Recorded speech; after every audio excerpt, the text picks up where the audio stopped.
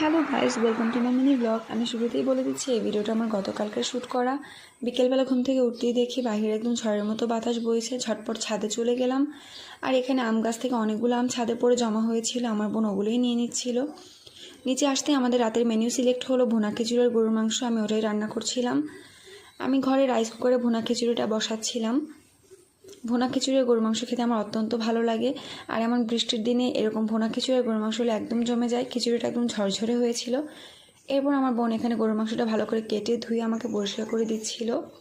তারপর আমি চলে যাই বাহিরে মাটির চুলার। এখানে আমি গরুর মাংসটা বসাচ্ছিলাম। আমার কাছে মনে হয় মাটির চুলায় খাবার রান্না করলে বেশি স্বাদ হয়। তারপর আমি এখানে গোশটা রান্না করে নিচ্ছিলাম। এটা খেতেও বেশ দারুণ হয়েছিল। আমি এটাই টেস্ট করছিলাম। আমার ভিডিওগুলো যদি আপনাদের ভালো লেগে থাকে প্লিজ আমার চ্যানেলটাকে সাবস্ক্রাইব করবেন অ্যান্ড আমার পাশে থাকবেন।